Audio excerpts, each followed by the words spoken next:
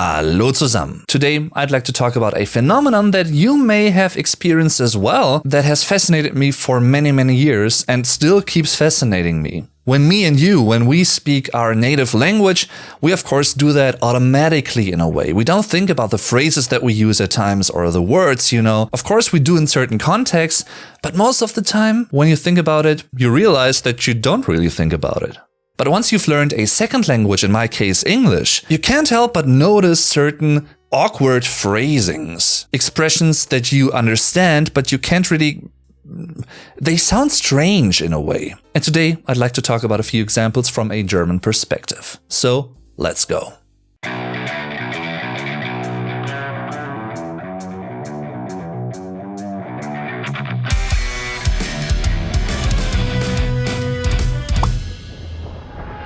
Let's begin with the first one, the late so-and-so, when someone has passed away. Of course, I don't mean this in a disrespectful way, so please don't get me wrong. I'm simply talking about this from a linguistic or semantic point of view. I get that when someone arrives somewhere later than announced or expected, you'd say, I was late, or he, she, they were late. This one is a good example of a common phrase that I got totally confused about at first. In German, the equivalent of saying the late so-and-so, the late person, the just deceased, just past person in a way, would be der verstorbene, or die verstorbene Person, for verstorben, passed away, deceased. Or of course, der or die Verstorbene as a noun, the deceased person. But late, we wouldn't say der Späte, which would be a literal equivalent in a way for late, spät. For instance, why is it that saying the deceased doesn't seem to be the primarily used phrase in this context? And maybe there's a difference from American English to British English or Australian English or Canadian English, I don't know.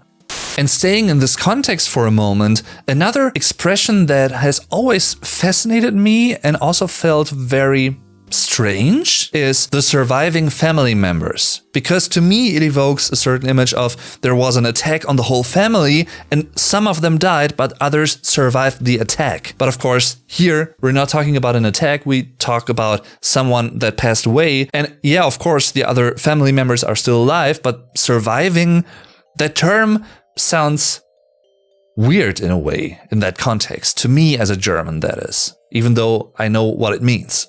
For instance, when a prominent person has died and articles mention the family members of that deceased person, they often seem to use that phrase, the surviving family members of so-and-so, or, friends or colleagues or whatever. I get that it may be difficult to find a fitting yet dignifying wording in a mournful context, but I guess saying something like the remaining family members would also work as well. The term surviving, to my German ears, almost implies that there was a huge tragedy, a situation that has endangered all of their lives. In German, the equivalent term in this context would be der or die Hinterbliebene, singular, der or die Hinterbliebenen, plural, which in itself, when you think about it though, translated literally, it means the left backs, like the left behinds.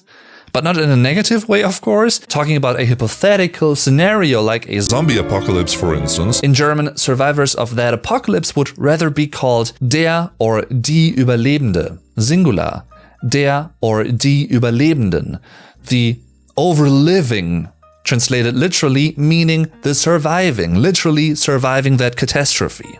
This next phrase, even though it's part of my English vocabulary and I know about it and I understand it, of course, it still sounds strange. Saying something like his or her every move. The every move. I guess part of the reason why I can't recall having used this ever so far is the strange word order here, which not only diverges from how we do things in German, because that alone doesn't mean anything when expressing things in English, but it also sounds seemingly wrong to my second language learner ears. It's quite obvious what this expresses, but I don't know. I mean, out of practical linguistic feelings, I get why people may use this phrase, because it's simply shorter than saying every one of his or her or their moves. But his every move, I don't know. It almost sounds poetic, so I give you that, but it sounds equally off. Gotta be honest. However, in German, you would still use the equivalent of every. Jede or jeder or jedes. Jeder seiner Schritte. His every move. Or jeder ihrer Schritte. Her every move. Maybe you've also faced something the other way around in case you learned German as a second language. Feel free to tell me in the comments, and of course also if you enjoyed this video, don't forget to subscribe, like and share for more.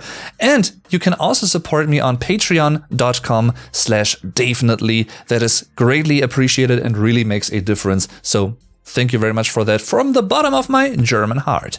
And with that being said, thanks for watching everyone. Definitely see you next time. Tschüss und bis zum nächsten Mal.